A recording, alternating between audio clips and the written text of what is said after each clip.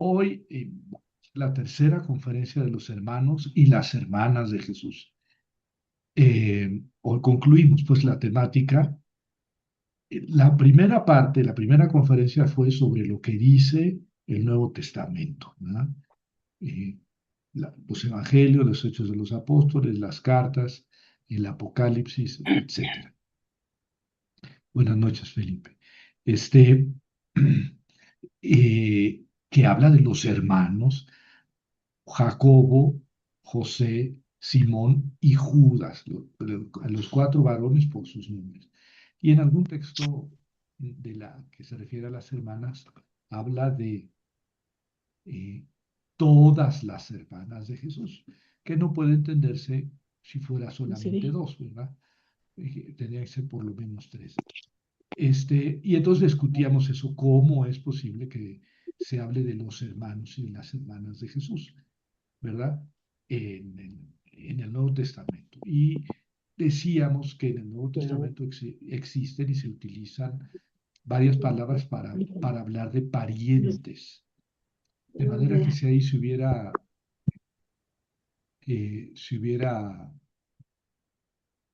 tratado o referido a los parientes de Jesús, pues se pudo haber usado esa palabra que se utiliza en otras ocasiones en el Nuevo Testamento. También se utiliza la palabra primo, ¿verdad? Una sola vez cuando dice que Marcos, el autor del Evangelio, era primo de Bernabé y que se fue a trabajar al primer viaje misionero con Pablo, etcétera. Y utiliza ahí la palabra primo. De manera que la palabra primo y la palabra pariente sí existen en el Nuevo Testamento, a diferencia del Antiguo Testamento. En el Antiguo Testamento sí se puede usar la palabra hermano o hermana para hablar de pariente o primo, pero en el Nuevo, pues no existen esas palabras propiamente, y más bien parece que por los textos que se refiere precisamente a los hermanos y las hermanas carnales de Jesús. La palabra hermano y hermana nunca se usa en el Nuevo Testamento en el sentido de primo o prima o pariente, no. Se utiliza así el sentido metafórico como los que pertenecen a un grupo, a una iglesia, a una secta, etcétera. Eh, pero en sentido propio, cuando se utilizan las palabras hermano y hermana, se refiere a los hermanos carnales. Luego vimos también cómo la segunda conferencia, esa es la primera conferencia. Claro, quedamos choqueados porque pues la tradición cristiana, especialmente la católica, pero también la ortodoxa, pues hablan de que María fue virgen después de dar a luz a Jesús, es decir, que nunca tuvo más hijos, cosa que no dice el Nuevo Testamento. Ciertamente, Mateo y Lucas dicen que María concibió a Jesús siendo ella virgen, es decir, antes de tener relaciones sexuales con José, con quien estaba desposada. Sí, pero después de eso, no, eh, ya ningún texto dice qué pasó, ¿verdad? Después del nacimiento virginal de Jesús. En la tradición de la iglesia, después de la Biblia, esto fue la conferencia de la semana pasada, varios padres de la iglesia antiguos sí hablan de los hermanos y las hermanas de Jesús, sí, y dicen que Jesús tenía hermanos y hermanas. Sin embargo, a final del siglo segundo se impuso la idea de que María fue virgen el resto de su vida. El documento, el texto que, digamos, representó o cristalizó esa corriente fue el llamado protoevangelio de Santiago o de Jacobo, un texto apócrifo, pero a pesar de ser apócrifo, que no quiere decir que sea mentiroso o satánico, fue la fuente para que los cristianos tomaran muchas ideas y muchos datos. Por ejemplo, que María nació de unos padres ya ancianos, Joaquín y Ana, que no podían tener hijos y que le prometieron a Dios que si les daba un hijo, lo entregarían, lo consagrarían al templo. ¿verdad? Y que se llamaban Joaquín y Ana. Esos nombres vienen de ahí, del protoevangelio de Santiago, y prácticamente no hay iglesia en México, yo no sé si en otras partes del mundo, católica, que no tenga una imagen o una escultura de Joaquín y Ana, porque se le representan con mucha frecuencia al lado de María, de la Virgen. Este, También esa idea de que José era un anciano, un adulto mayor, que ya era viudo y que fue elegido para cuidar a la niña, a la Virgen, es una idea del protoevangelio de Santiago, ¿verdad? Y entonces, bueno, de ahí viene de ahí surge la idea de que los hermanos y las hermanas de María, de Jesús, eran en realidad medios hermanos. ¿La pudiste tapar? Sí, hijo. Gracias. Eran en realidad medios hermanos de Jesús, hijos de un matrimonio anterior de José. Viene de ahí, de ese. Y luego la idea de que Jesús nació de la matriz de María como un rayo de luz atraviesa un cristal, también viene de ese protoevangelio famoso de Santiago, para destinado, vamos, está escrito, a defender la virginidad de María durante el parto, así entendida la virginidad de una manera muy biológica, muy física. Jesús no puede haber salido por la vagina de su mamá porque hubiera roto el sello de la virginidad. Entonces no se podría decir que María fuera virgen durante el parto. Ah, no, pues como un rayo de luz atraviesa un cristal, así salió Jesús de la matriz de su mamá. Es lo que dice el protoevangelio de Santiago, y de ahí viene esto del rosario, ¿verdad? Virgen purísima antes del parto, Virgen purísima durante el parto y Virgen purísima después del parto. Bueno, esa idea a finales del siglo segundo, 180, 190, se impuso en el cristianismo. Jerónimo decía incluso, Jerónimo, padre de la iglesia, de los más grandes y sabios padres de la iglesia, finales del siglo IV y principios del siglo V, decía que María había sido virgen toda su vida y también José, ¿verdad? De manera que los hermanos y las hermanas de Jesús eran primos o parientes, pero no podían haber sido hijos de otro matrimonio de José. Bueno, la idea de la doctrina de la virginidad perpetua de María se impuso en la iglesia cristiana antes de que se dividiera entre ortodoxos y protestantes. La iglesia cristiana en general aceptó la doctrina de la virginidad perpetua de María, no solamente que concibió a Jesús siendo virgen, sino que siguió siendo virgen toda su vida. Y eso se convirtió en un dogma de fe. El Papa Martín I, un concilio de Letrán, lo declaró como dogma de fe. Y así quedó pues en la iglesia. Entonces, la semana pasada platicábamos de cómo pasó esta idea de la virginidad perpetua a ser un dogma y al catecismo de la iglesia católica. Y les comentaba también que, que Martín Lutero y Juan Calvino, digamos, los originantes del protestantismo de la Reforma en el siglo XVI, ellos creían en la virginidad perpetua de María, la defendían. Lo que pasa es que ellos defendieron que la autoridad única dentro del cristianismo debía ser la Biblia y no la tradición ni la historia de la iglesia. Y como ahí está el punto. Como la virginidad perpetua de María no está en el Nuevo Testamento, pues muchos protestantes en la actualidad niegan ese dogma, ¿no? ¿Cómo? Si la Biblia habla y es la única autoridad. Claro, Martín Lutero y Juan Calvino creían en la virginidad perpetua de María, pero eso no está en la Biblia. Y por eso muchos protestantes, incluso en la actualidad, pues casi se distingue un protestante de un católico en eso, ¿verdad? Ellos que es como un caballito de batalla, no creen en la virginidad perpetua de María. Muchos de ellos afirman que tampoco concibió María a Jesús siendo ella virgen. Pero eso sí está muy claramente expresado en la Biblia. O sea, podemos no creerle a la Biblia, podemos decir, la Biblia son fantasiosos y míticos y dicen mentira. Bueno, está bien, eso ya es cuestión de cada quien, pero sí dice la Biblia, en el Testamento, ya dije Lucas y Mateo, que María concibió a Jesús siendo virgen, ella.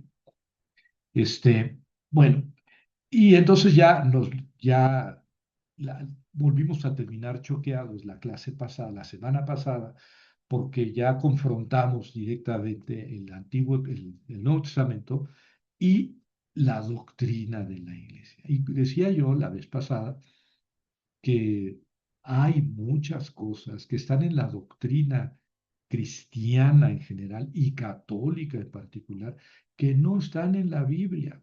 Sí, hay muchas, hay muchas. Por ejemplo, tal vez la más importante sea el pecado original. No, en vano van a buscar ustedes la doctrina del pecado original en el Nuevo Testamento, ni en el Antiguo.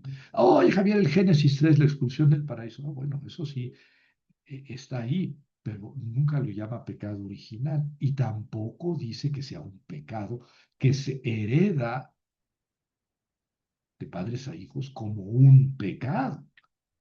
¿No? Es una situación en la que vive la humanidad a partir de Adán y Eva. Sí, eso está muy bien, muy claro, pero la Biblia nunca dice que sea un pecado del cual tenemos que ser redimidos, ¿verdad? Un pecado que no cometimos, pero del que tenemos que ser redimidos. De eso no habla la Biblia. De eso habla San Agustín ya en finales del siglo IV. Bueno, pues todo el cristianismo tiene como una casi médula fundamental la doctrina del pecado original que no está en la Biblia. Ese librito anaranjado que está aquí atrás habla de eso, es un librito que yo escribí, habla de eso. Que también me ha costado muchas amenazas de quemarme en leña verde por hereje. No ha pasado de que me corran de una que otra institución o me callen, me digan, bajen a ese señor del podium porque está destrozando mi fe. Bueno, pero pues yo estoy aquí hablándoles a ustedes con toda franqueza de lo que pienso, ¿verdad? A lo mejor dentro de un año les digo otras cosas porque dejé de pensar como estoy pensando o como he pensado hace unos años a este respecto. Pero yo no me comprometo a pensar lo mismo que pienso ahorita dentro de un año. Pues no, no. Vive la liberté. Bueno, y entonces en esta tercera conferencia, aquí ya llevamos 15 minutos de rollo, y en esta tercera conferencia quiero plantearles los problemas de manera eh, filosófica, ¿ya? Teológica, abstracta. Vamos a dejar ahí los textos y lo que dicen y lo que no dicen los padres de la iglesia y los teólogos, el catecismo de la iglesia. Y vamos a pensar las cosas, ustedes y yo, abstractamente. Es decir, digamos, sin muletas, sin lo que dicen los textos. Vamos a dejar toda la Biblia y todos los padres de la iglesia y toda la doctrina, vamos a dejarlos ahí atrás y vamos a pensar nosotros este problema de la virginidad perpetua de María. Entonces es una conferencia, digamos, más racional, más fría. No nos vamos a textos. Yo soy biblista y como biblista soy positivista, es decir, ¿qué dice el texto? A mí no me vengan con, pues, ¿qué dice el texto? ¿Dónde dice eso? ¿Verdad? Y todavía ahí podemos discutir las interpretaciones, como ha quedado patente en muchas conferencias. El texto dice tal cosa y otro texto dice tal cosa, pero podemos pensar que, bueno, pero tenemos que llegar al texto, es decir, aquí manda el texto. No es primero qué piensas tú o qué pienso yo o qué piensa el otro.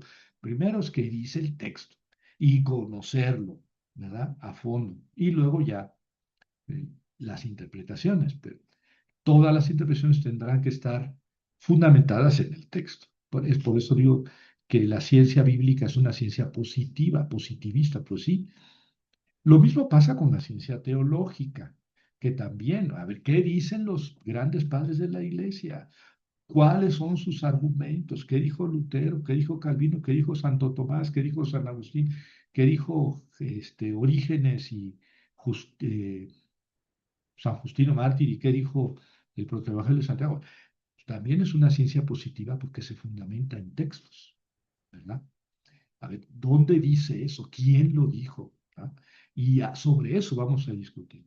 Pero esta tercera conferencia ya no es ni sobre la Biblia ni sobre la teología, es sobre la razón. Y entonces aquí yo les invito a pensar, a plantearse las cuestiones racionalmente, y aquí sí podemos diferir completamente, ¿verdad? Pero no tanto, es decir, tenemos que ser racionales, porque aquí ya no es a ver que cada quien diga lo que piensa y que lo defienda a puñetazos, no, no, plantearlo racionalmente y defenderlo racionalmente.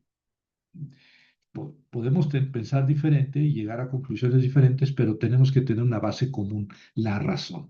Y eso, de eso se trata esta tercera conferencia. Entonces ya me aventé ahora, son 20 minutos, pero vamos a entrar al punto, que es en realidad una reflexión muy corta. ¿Y por qué es tan corta? Porque quiero que ustedes digan qué les parece, si están de acuerdo, si no están de acuerdo. ¿Verdad? Es aquí, acá la Biblia, acá la teología, ¿qué pensamos nosotros? ¿Verdad? Fundamentados en la razón, de modo que nos fundamentemos en qué. Es que mi mamá dijo y así es. Pues no. De todas maneras sería una autoridad, porque no argumentaríamos así. Alguien podría argumentar, es que el Papa dice, ah, bueno, pues entonces ya es una autoridad, ya eso es teología. El Papa dijo, sí, pues ya, está bien, pero aquí estamos en un paso lateral, no fundamentados en ninguna autoridad teológica, ¿verdad? Ni en ninguna teología, como tampoco en la Biblia, acá. Bueno, y entonces les planteo, a ver qué les parece. Si les gusta, pues al final no está mal un aplausito, ¿verdad? Pero si no les gusta, está muy bien que digan que no les gusta y por qué, ¿verdad? Eh, Más importante que les guste o no es por qué. ¿Por qué sí me gusta? ¿Por qué no me gusta? Y entonces yo ya llamé a esta tercera conferencia consideraciones filosóficas y teológicas. Pero teológicas no referido a la historia de la teología, ¿verdad? Sino eh,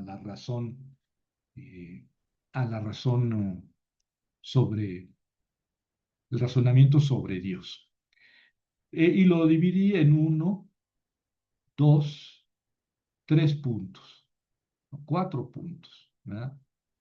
Cuatro puntos. Son muy breves, pero quisiera yo plantearlo así esquemáticamente. El primer punto es la concepción virginal de Jesús no implica que Él sea Dios. A ver, esto es muy serio.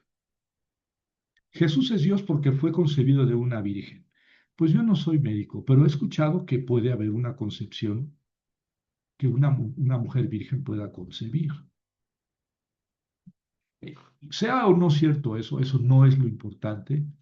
El hecho es que si Jesús nació de una madre virgen, no implica necesariamente que Él sea Dios.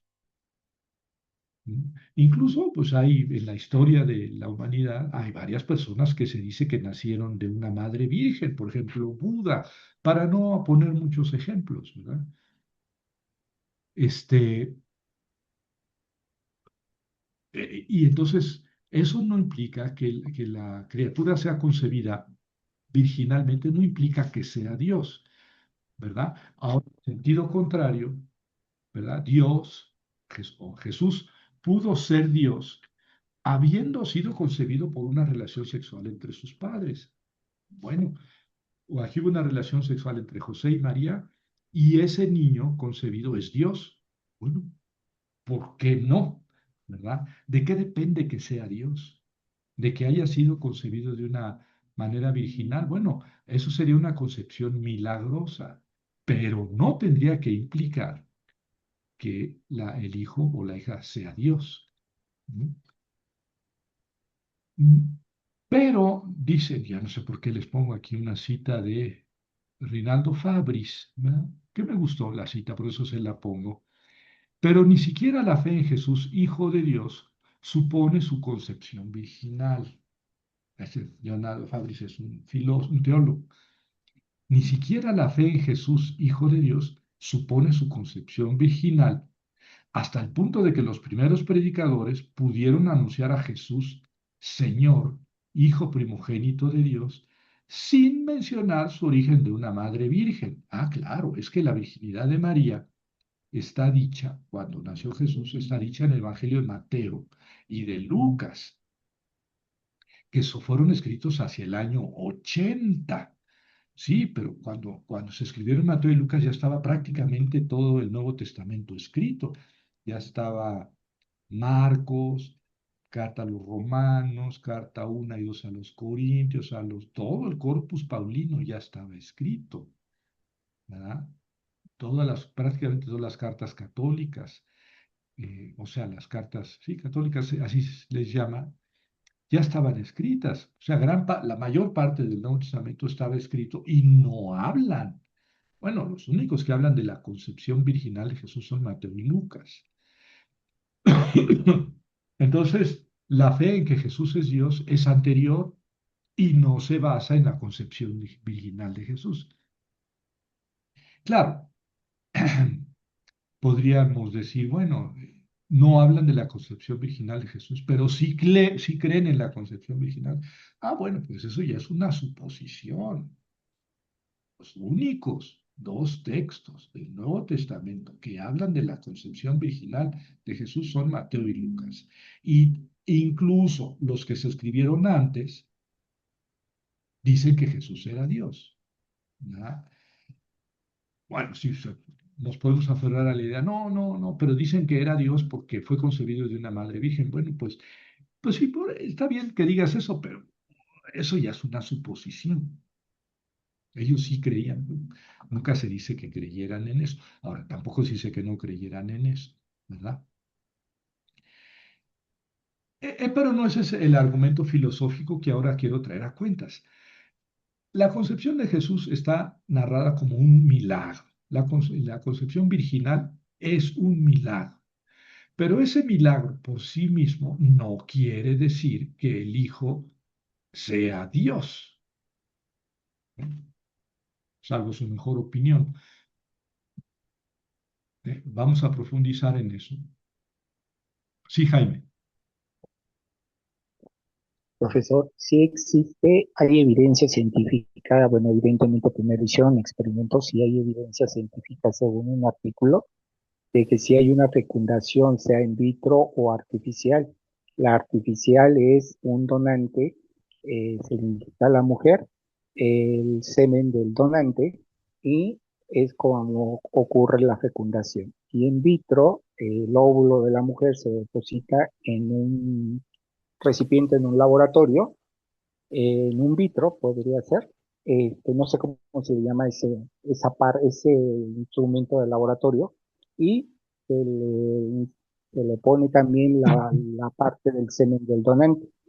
Ya una vez que se juntan ambas células, se le pone a la mujer en el útero y se desarrolla el embrión.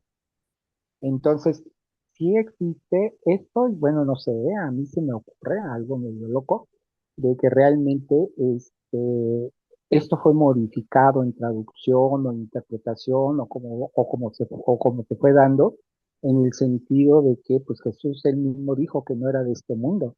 Entonces puede ser que esta interpretación más bien es de que no es humano, pero la iglesia como institución lo fue modificando. Es una teoría, ¿eh? Pudiera ser. Gracias, Jaime. Bueno, permítame entonces seguir con el punto 2. No se puede aducir que Dios no podía sino tomar cuerpo de un cuerpo purísimo, el de María. A ver, es que como Dios iba a tomar cuerpo, iba a ser, porque es cuerpo, ¿no? Dios hecho hombre, Jesús, pues tiene un cuerpo, ¿no? Tiene células y todo eso. Y no pudo haber Dios tomado cuerpo, sino de un cuerpo purísimo, el de María, ¿verdad? Bueno, sí, pero a ver, Dios tuvo que haber tomado cuerpo de un cuerpo y de un cuerpo humano. Entonces, muy puro, sí, pero finalmente un cuerpo humano. Es decir, Dios tomó carne humana de un cuerpo humano, es decir, el de María, ¿verdad? Eh, ¿Cuál es el problema de que Dios hubiera tomado cuerpo en un cuerpo de María después de una relación sexual? Sí, ahí no hay ningún nexo necesario, porque es que Dios no podía haber tomado cuerpo sino de un cuerpo purísimo. Bueno, ¿y el de José no era purísimo? ¿O en dónde está lo impuro? ¿Verdad? Y ahorita lo tenemos que encuerar, tenemos que evidenciar eso de que un cuerpo purísimo, el de María, bueno, y el de José no era purísimo. Entonces, no pudo haber Dios tomado cuerpo de una relación sexual entre dos personas purísimas, porque tenía que ser solamente de una, ¿verdad? Esto no tiene mucho sentido. Además, María, pues María era un ser humano, con cuerpo, con células, con todo, lo humano, era una mujer, y María fue concebida después de una relación sexual de Joaquín y de Ana. Pues, nadie ha dicho hasta ahora que María no fuera concebida tras una relación sexual, virginalmente. Inmaculada, a eso se refiere a otra cosa, se refiere a que no tenía el pecado original, pero su cuerpo fue formado a partir del semen de Joaquín y del cuerpo de Ana. O sea, eh, ahora resulta que el cuerpo de María es purísimo, pero ¿de dónde sale eso? Si su cuerpo es humano, producto de una relación sexual entre sus padres, ¿no? Ese argumento supone que la relación sexual es impura. Es que no pudo haber sido concebida detrás de una relación sexual porque la relación sexual es impura. Ah, bueno, ahí ya estamos en otro terreno. ¿Sí? ¿De dónde sacas tú que la relación sexual es impura? Dios hizo al hombre y a la mujer, los puso en el paraíso y en el paraíso tenían relaciones sexuales. Capítulo 2, versículo 18. Y tomó una costilla de Adán y formó de ella a la mujer. Y cuando Adán se despertó y la vio, dijo ella, si es hueso de mis huesos y carne de mi carne, será llamada Isha porque ha sido sacada del Ish. Y lo subrayo así en hebreo porque Isha es el femenino de Ish. Sí, sí, son las mismas consonantes. O sea, subrayando que son iguales. Mismo hueso, misma carne y mismo nombre. Por eso, continúa diciendo el texto, el hombre deja a su padre y a su madre y se une a su mujer y hacen los dos una sola carne. Bueno, si no está hablando de la relación sexual genital, díganme de qué está hablando. El hombre deja a su padre y a su madre y se une a su mujer y hacen los dos una sola carne. Eso es antes del pecado original. Entonces, la idea de que el pecado original fue la relación sexual es una cosa que viene después y que implica que no sabían leer la Biblia. Y con todo respeto para Agustín y San Jerónimo, que Agustín dijo que los hombres no nacerían, los seres humanos no nacerían a través de la relación sexual si no hubiera sido por el pecado original.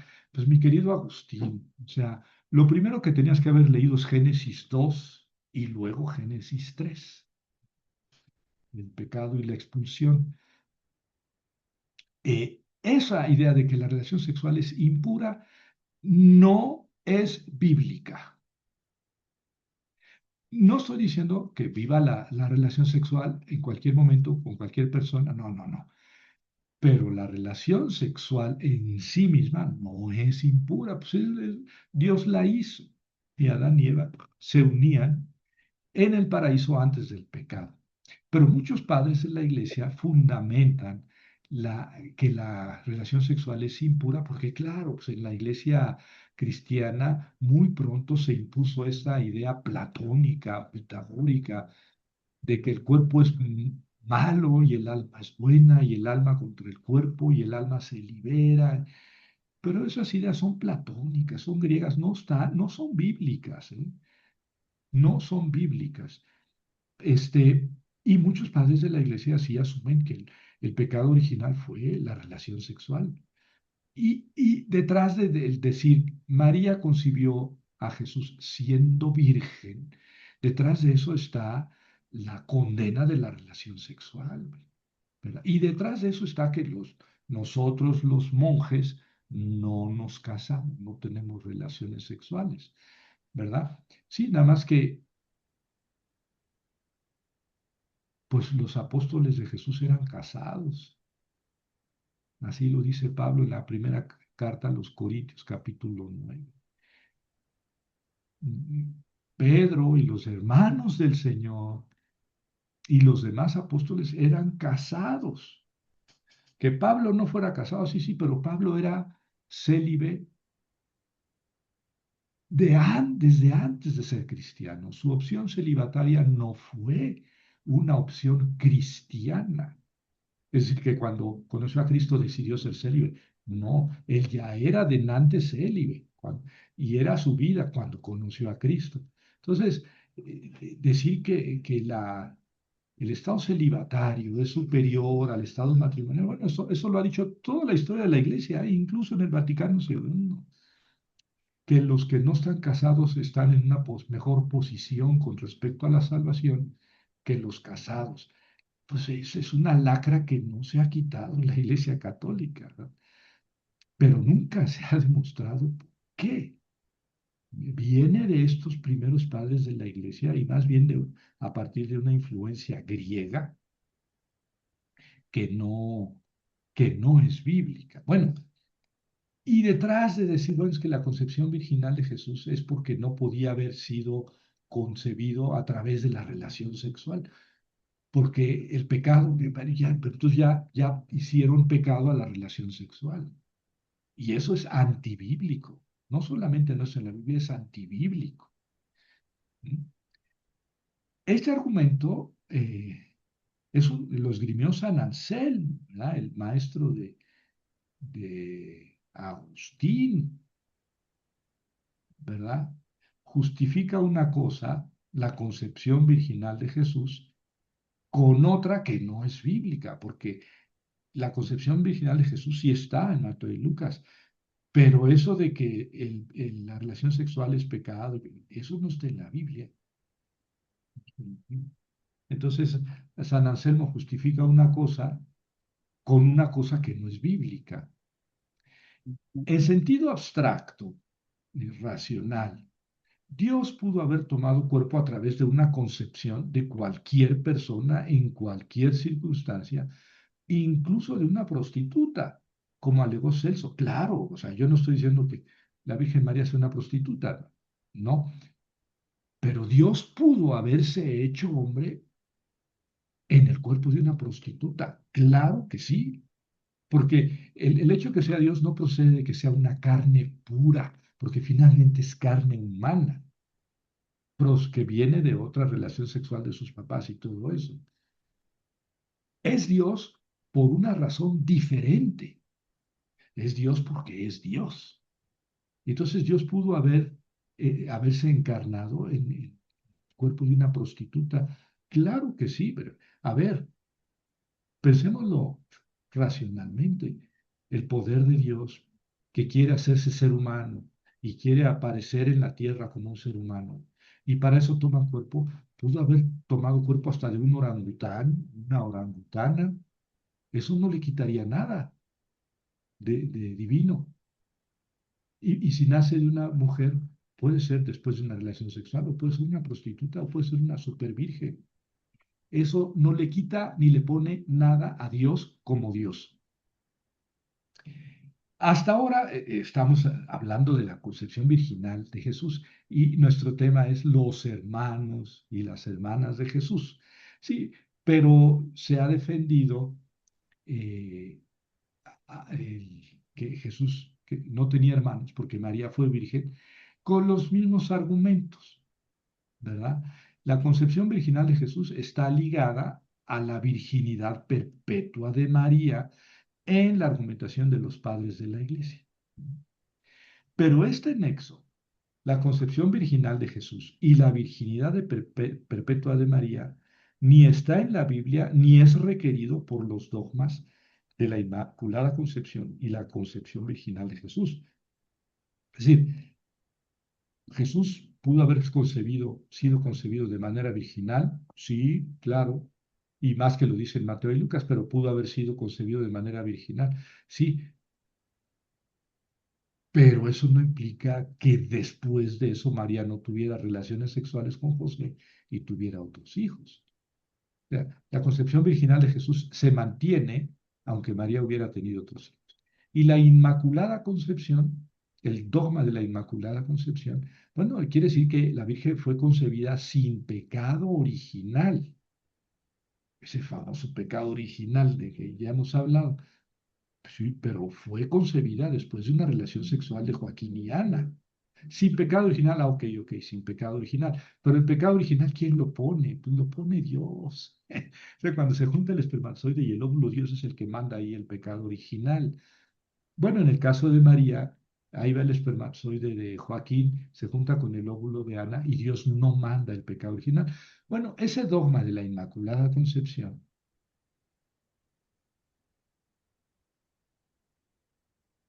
se puede mantener aún afirmando que María tuvo, después de Jesús, del nacimiento de Jesús, relaciones sexuales con José y tuvo otros 7 u 8 hijos. ¿Verdad? Es decir, eh, los dogmas de la Inmaculada Concepción y la concepción virginal de Jesús no exigen que María haya sido virgen después del nacimiento de Jesús. El mismo dogma de la Inmaculada Concepción supone que un hijo puede nacer puro, en este caso, sin pecado original, después de una relación sexual de sus papás. ¿Ven? O sea, el argumento se puede incluso poner al revés. A ver, un cuerpo de una persona puede ser purísimo porque no tiene pecado original, habiendo nacido después de una relación sexual de sus papás. Bueno, lo mismo apliquemos a Jesús. ¿Mm? Bueno, y finalmente, un cristiano que acepte la virginidad perpetua de María tendrá que aceptar que su creencia, la virginidad perpetua de María, en este caso, contradice a los datos bíblicos. Bueno, lo que podemos hacer, yo soy cristiano, yo soy católico y creo en la virginidad perpetua de María. Lo que podemos hacer es coger un martillo y destazar la Biblia a martillazos y decirle, cállate, cállate, cállate, tú no puedes decir lo que estás diciendo o arrancar las hojas que no me gustan. Pues no se puede eso. En este caso, la creencia en la virginidad perpetua de María es un dato que contradice los datos bíblicos. Por muchos textos y muchas interpretaciones que le quieras echar a los textos bíblicos, esa creencia contradice los datos bíblicos. Entonces, ¿qué estás proponiendo, Javier? ¿Que dejemos a la Iglesia Católica? No, no, no, precisamente al revés. Yo soy católico y yo creo en la virginidad perpetua de María, pero ese dato, esa creencia contradice los datos bíblicos. Pues ya está. Lo que no puedo hacer es obligar a la Biblia a decir lo que yo pienso. o lo que yo creo. Eso no se puede.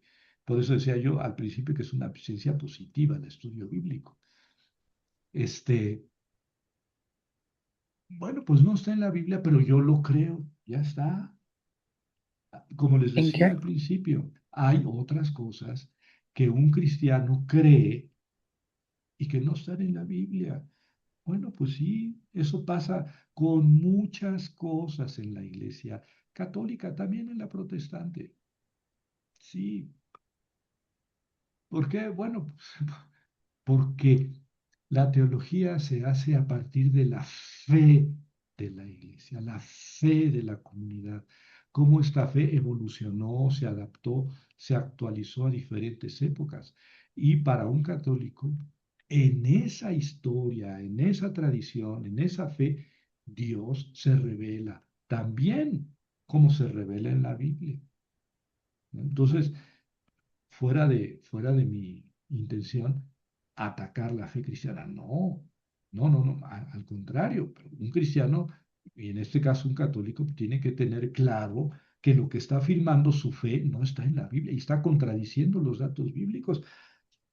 ¿Y eso se vale, Javier? Pues sí, se vale. Aquí tenemos un ejemplo, ¿verdad? Esto mismo Sor- sucede con otras doctrinas. Ahorita voy, ya voy a acabar. Ah, Esto mismo sucede con otras doctrinas cristianas como la del pecado original, que ya decía, el pecado original no existe como pecado original en la Biblia. La indisolubilidad del matrimonio, que el matrimonio es indisoluble y para toda la vida. Y bueno, pues esto es una doctrina católica, ni siquiera es ortodoxa y mucho menos protestante. Y no está en la Biblia.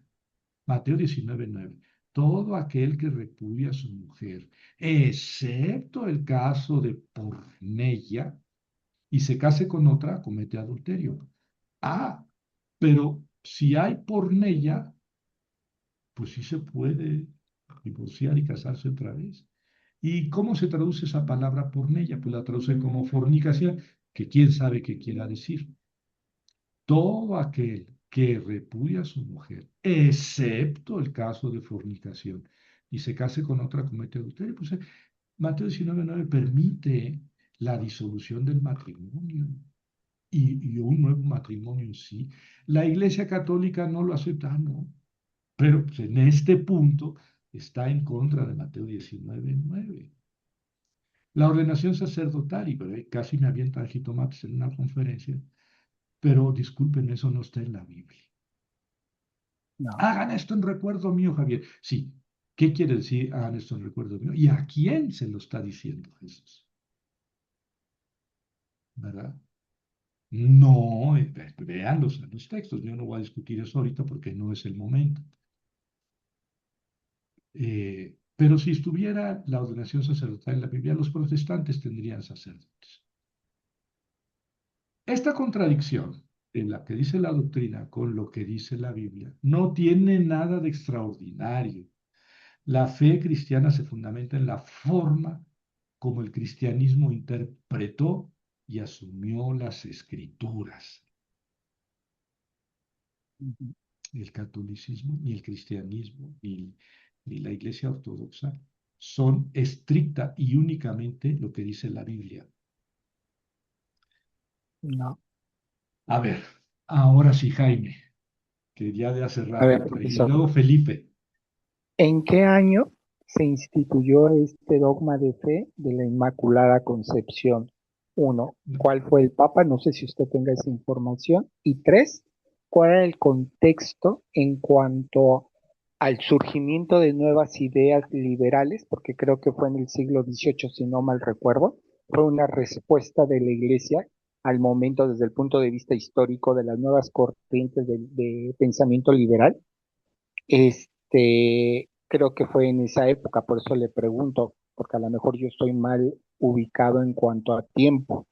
En respecto a lo que estaba diciendo de la sexualidad, efectivamente, sí ha sido muy satanizada, pero para que respondiera a intereses de aquel momento de los líderes religiosos. Por eso se le dio mucho peso, se le da mucho peso a todos los doctores de la iglesia y Pues realmente la sexualidad es parte, es como comer, o sea, es una parte natural del cuerpo. A donde yo sí no estoy de acuerdo es que se lleve de una manera libertina, viciosa, en donde ya se llega a un extremo fuera de lo normal.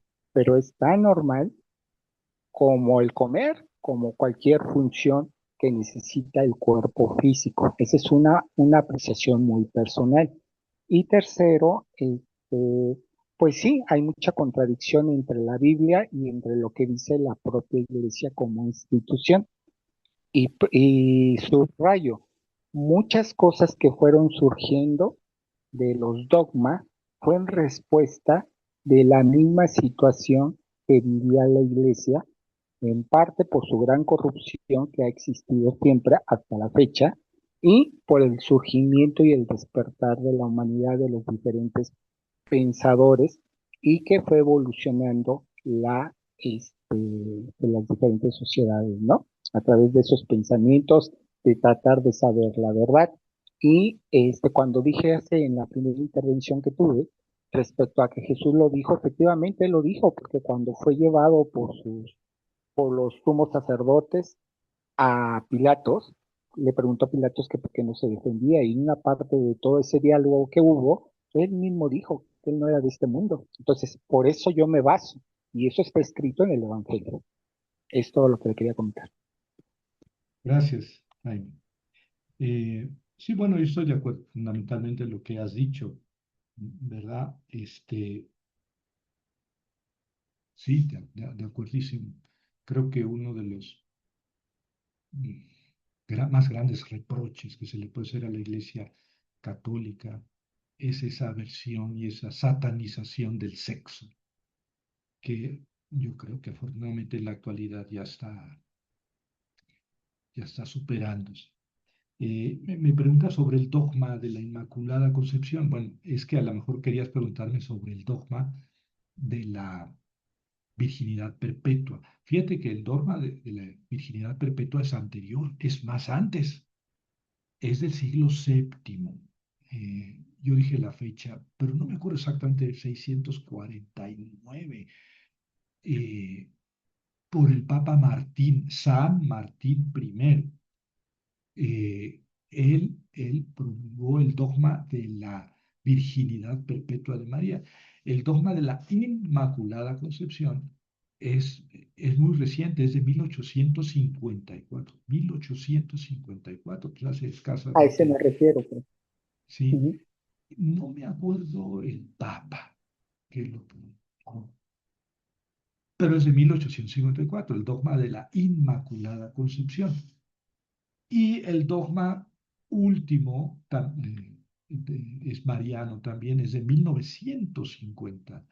Es un poquito anterior al concilio. Yo creo que sí fue este, Juan 23, tal vez, no. El papa Creo que anterior, sí. yo creo que fue el anterior de Juan 23, pero no me acuerdo cuál es. Bueno, Ok. este, fue en 1950 el dogma de la Asunción de María, que se fue al cielo en cuerpo y alma. Bueno, no está relacionado el dogma de la virginidad perpetua con el de la Inmaculada Concepción, es que el dogma de la virginidad perpetua es mucho, muy anterior. El de la Inmaculada es del siglo XIX, la mitad del siglo XIX. Y el último dogma mariano es el de la Asunción de María y es de 1950.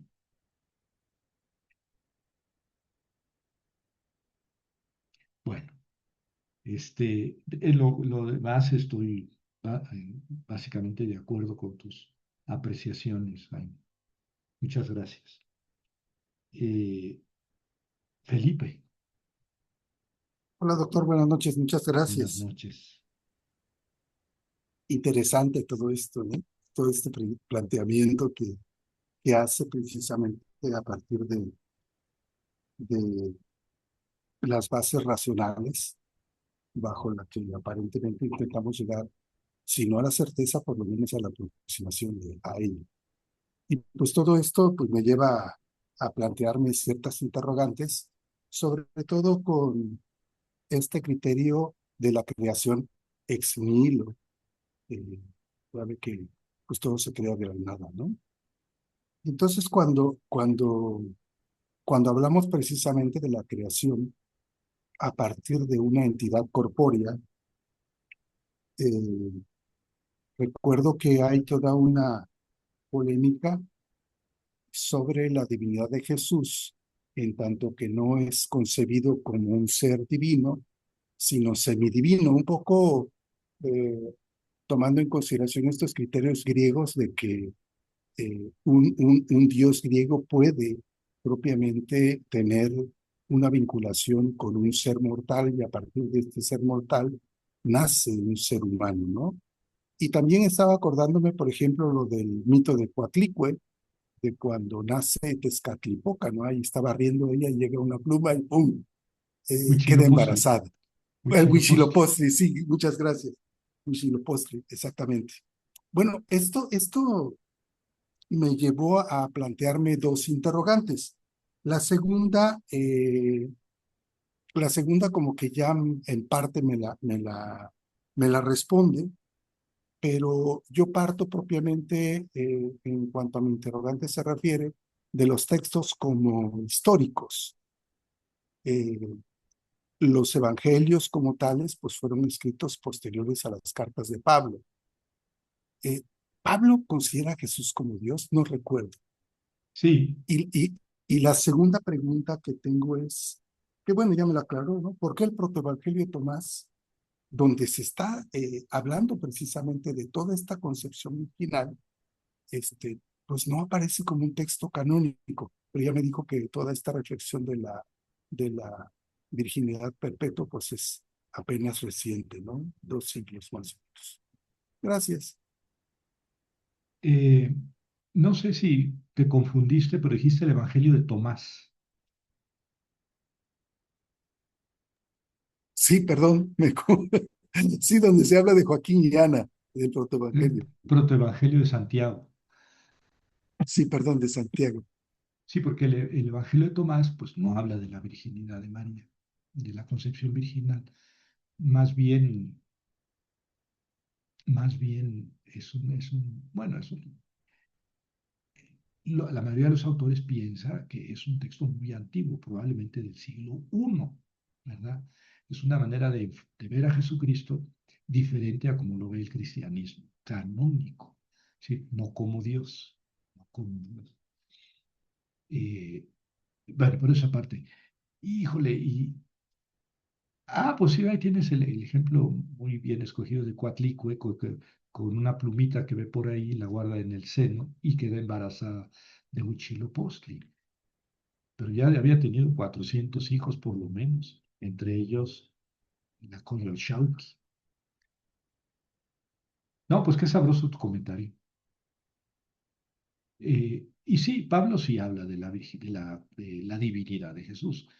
Desde la primera carta a los tesalonicenses, ¿verdad? Se podría discutir si él tenía los conceptos que tuvo el Concilio de Calcedonia, de una sola naturaleza con tres personas distintas y todo eso.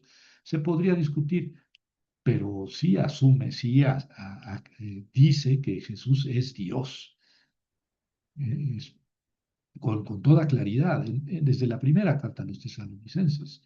En la carta a los filipenses está ese gran himno de sí, Cristo Jesús, el cual existía en la forma de Dios, no exigió tener la forma debida a su divinidad, la gloria debida a su divinidad, sino que se anodó a sí mismo y apareció en su porte como hombre, por lo cual, obedeciendo hasta la muerte y muerte de cruz, por lo cual Dios lo exaltó y le otorgó el nombre que está sobre todo nombre, para que al nombre de Jesús toda rodilla se doble en el cielo, en la tierra y en los abismos, y toda lengua confiese que Jesús es Joquirios, el Señor, con mayúscula, Joquirios, el Señor, para gloria de Dios Padre.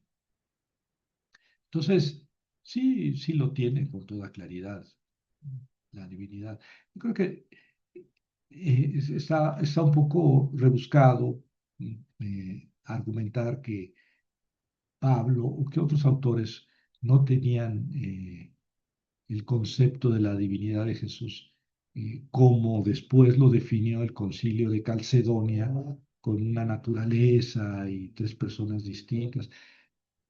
Bueno, yo creo que es un poco gastar la pólvora en infiernitos, útil para ciertas personas y ciertos efectos, pero para cuestiones prácticas, Pablo sí, pero todos los libros del Nuevo Testamento confiesan la divinidad de Jesús. Bueno, alguien que quiera Muchas gracias. cerrar, al contrario, gracias a ti, Felipe. Alguien que quiera cerrar nuestra conferencia de hoy.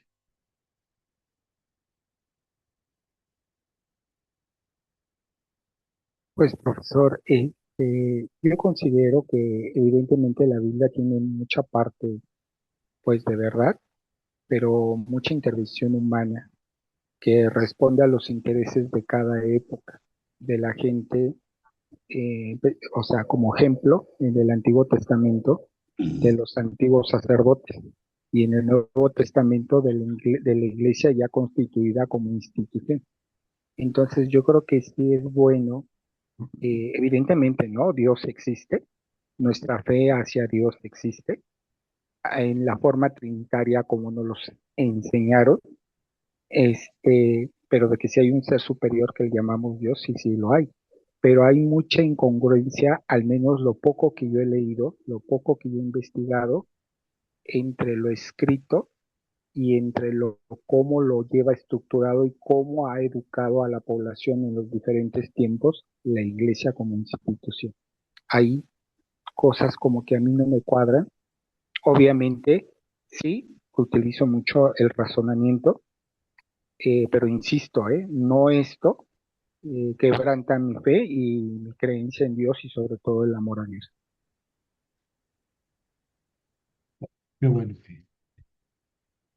qué bueno que lo dices, ¿no? Te ríes. Felicidades, ¿no? Porque no se trata de eso. Aquí no se trata de derrumbar fe, se trata de cimentar, de conocer. Y claro, mire, no podemos madurar nuestra fe si no la cuestionamos. ¿Y cómo es que yo creo esto a pesar de esto y esto? Bueno, sí, eso es madurar en la fe. Bueno, este, ya había decidido cuál iba a ser las siguientes conferencias y se me olvidó. Y se me olvidó. Así que ya les anunciaré entre semana, cuando suba esta, cuál va a ser las próximas, el próximo ciclo de conferencias.